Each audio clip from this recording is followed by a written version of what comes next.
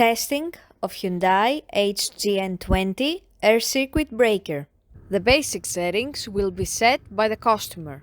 For testing, we add a 220-volt AC power supply.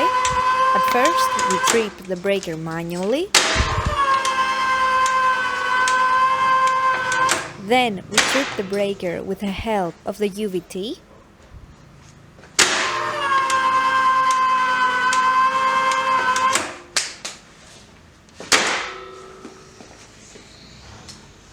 Next, we perform a short time delay test and we see that the breaker trips almost instantly.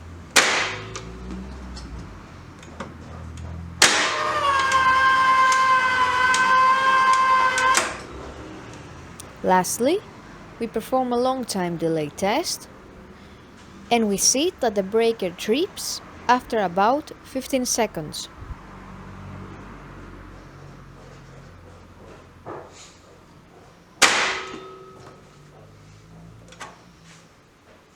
It is now clear that the air circuit breaker is working successfully and is ready to be delivered to the customer.